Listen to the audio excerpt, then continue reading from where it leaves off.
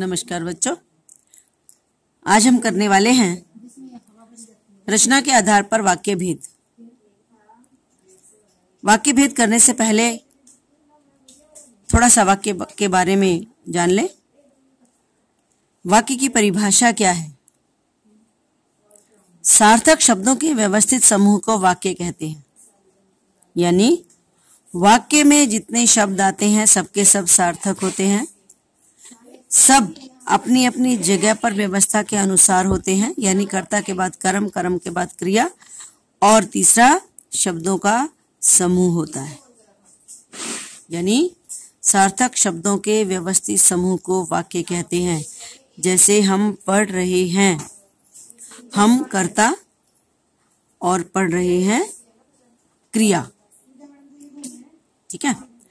वाक्य के अंग की अगर हम बात करें तो वाक्य के अंग यानी वाक्य के दो भाग हैं। पहला उद्देश्य, जिसे हम सब्जेक्ट भी कह देते हैं, हिंदी में इसे कर्ता भी कहते हैं, और दूसरा है विधेय यानी प्रेडिकेट। उद्देश्य क्रिया करने वाले को कहते हैं, कर्ता को कहते हैं। तो अगर उद्देश्य छांटना हो तो आप ऐसे भी निकाल सकते हो कि क्रिया को करने वाला कौन है, आप छांट लीजिए। या फिर ऐसे भी कर सकते हो कि वाक्य में जिसके बारे में बात की जा रही है वो उद्देश्य है, और उद्देश्य के बारे में जो कुछ कहा जाता है वो विधेय कहलाता है। जैसे आकाश में पक्षी चहचहा रहे हैं, तो अब इसमें से उद्देश्य और विधेय अगर छांटना हो तो हम कह सकते हैं चहचहा रहे हैं, ये क्रिया है। क्रिया कौन कर रहा है? पक्षी कर रहे हैं, तो आप लिख देंगे उद्देश्य पक्षी है। या ये भी कह सकते हैं कि वाक्य में किसके बारे में बात हो रही है? पक्षी के बारे में, तो उद्देश्य हो गया पक्षी। और पक्षी के बारे में जो बात हो रही है, आकाश में चहचहा रहे हैं, ये सारा जो बच्चा है वो सब का सब विधेय में शामिल होता है। ठीक है। वाक्य के वर्गीकरण की बात करें तो वाक्य का वर्गीकरण दो आधारों पर किया जाता है। पहला अर्थ के आधार पर और दूसरा रचना के आधार पर। अर्थ के आधार पर वाक्य के 8 भेद हैं और रचना के आधार पर वाक्य के 3 भेद हैं, जिसके बारे में हम इस वीडियो में विस्तार से पढ़ेंगे। तो रचना के आधार पर वाक्य के 3 भेद हैं: सरल वाक्य, संयुक्त वाक्य और मिश्रित वाक्य। चलिए रचना के आधार पर वाक्य के भेद देख लेते हैं। 3 भेद हैं: सरल वाक्य, संयुक्त वाक्य और मिश्रित वाक्य। अब एक एक करके विस्तार से हम इसकी चर्चा करेंगे। सबसे पहले है सरल वाक्य। सरल वाक्य की सबसे बड़ी पहचान यही है कि इसमें एक ही वाक्य होता है, सिंगल सेंटेंस होता है ये। हाँ, कहीं कहीं पर 2 शब्दों के बीच में योजक शब्द आ जाता है, पर इसका मतलब ये नहीं कि वो संयुक्त वाक्य बन गया है। सरल वाक्य में एक वाक्य होता है।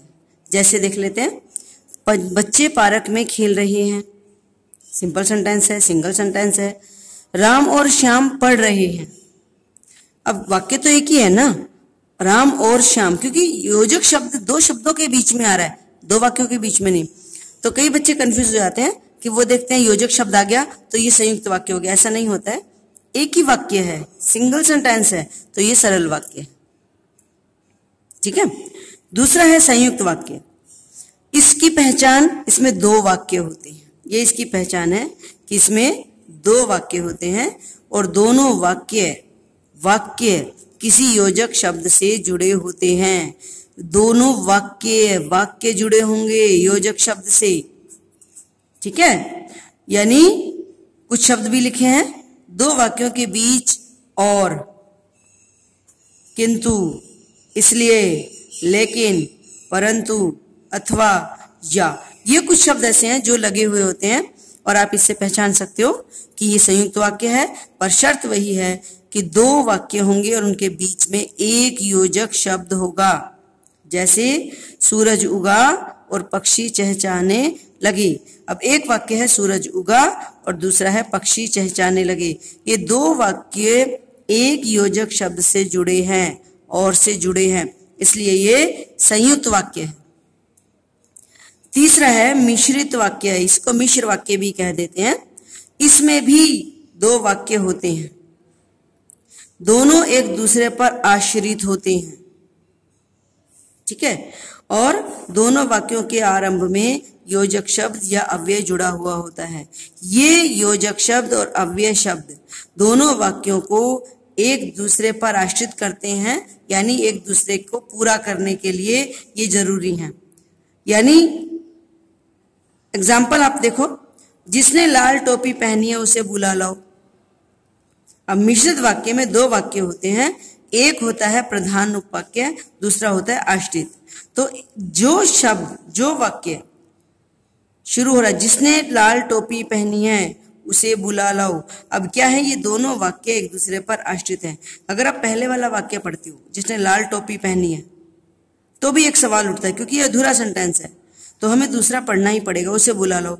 या आप पीछे वाला सेंटेंस पढ़ते हो, उसे बुला लो, तो भी आपके मन में सवाल। यानी अकेले ये दोनों वाक्य जब अकेले रहते हैं तो दोनों अधूरे होते हैं, दोनों एक दूसरे को पूरा करते हैं। इसलिए कहते हैं कि मिश्रित वाक्य में दोनों वाक्य एक दूसरे के पूरक होते हैं। एक और एग्जाम्पल देख लेते हैं। जब बारिश रुक जाए तब तुम चले जाना। एक सेंटेंस क्या है, जब बारिश रुक जाए तब तुम चले जाना। तो जब और तब से ये जुड़े हुए हैं। ठीक है, और एक को अगर बोलते जब बारिश रुक जाए, अधूरा है, दूसरा जरूरी है। दूसरे को बोलोगे तो पहले वाला जरूरी है। यानी ये दोनों एक दूसरे को पूरा करते हैं। और जहां पर ये कंडीशन आपको दिखाई देती है वहां आप लिख सकते हो कि ये मिश्रित वाक्य है। अब थोड़ा अंतर देख लेते हैं, संयुक्त और मिश्रित वाक्यों में अंतर देख लेते हैं एक बार। दोनों में समानता क्या होती है, दोनों ही वाक्यों में दो वाक्यों का प्रयोग होता है, ये तो समानता है, चाहे संयुक्त हो चाहे मिश्रित हो, दोनों में दो वाक्य होते हैं और दोनों में योजक शब्द का प्रयोग होता है, ये समानता है दोनों में। लेकिन अंतर क्या है, संयुक्त वाक्य में योजक शब्द दोनों वाक्य के बीच में आता है, संयुक्त वाक्य में दोनों वाक्य पूरे और स्वतंत्र होते हैं, अपना अपना इंडिपेंडेंट होते हैं वो। ठीक है, जबकि मिश्रित वाक्य में एक वाक्य दूसरे पर आश्रित होता है, एक प्रधान तो दूसरा आश्रित होता है।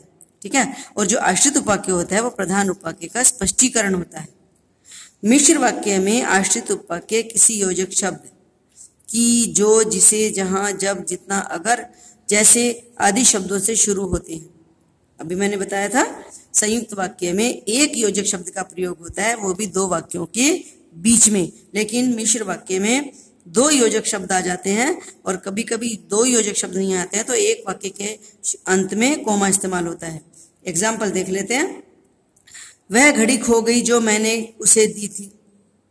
वह घड़ी खो गई जो मैंने उसे दी थी, ये है वाक्य है, जो से शुरू हो रहा है, तो पता चल गया वह घड़ी खो गई जो मैंने उसे दी। ये जो वाक्य है ये इसका स्पष्टीकरण है, ये मिश्रित वाक्य है। कहने को जो शब्द आ रहा है बीच में, लेकिन ये दोनों एक दूसरे पर आश्रित हैं, इसलिए ये मिश्र वाक्य हैं। ठीक है, बाहर जाकर खेलो या चुपचाप बैठो, इसको हम लिखेंगे ये मिश्रित वाक्य है। आप इसको लिख सकते हो क्योंकि दोनों वाक्य एक दूसरे पर आश्रित हैं। बाहर जाकर खेलो या चुपचाप बैठो, अब इसमें भी दो वाक्य हैं, एक वाक्य तो ये हो गया और एक ये है, लेकिन दोनों वाक्य अपने आप में पूरे हैं, सिर्फ एक योजक शब्द आ रहा है। तो ऐसी जहां कंडीशन होगी आप लिखेंगे वहां पर संयुक्त वाक्य है। ठीक है, वह लड़का बड़ा शैतान है जो पेड़ से गिरा है। अभी देखो, वह लड़का बड़ा शैतान है, कौन सा लड़का, जो पेड़ से गिरा। तो ये वाक्य दोनों एक दूसरे पर आश्रित हैं, आधारित हैं, एक दूसरे को पूरा करते हैं, तो ऐसे वाक्य होते हैं मिश्रित वाक्य।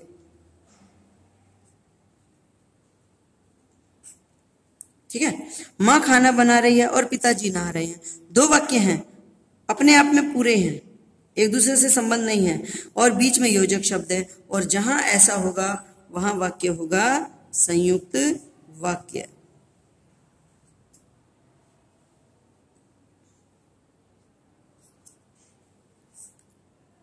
ठीक है, तो ये हो गए सरल, संयुक्त और मिश्रित वाक्य। आई होप आपको समझ आ गया होगा।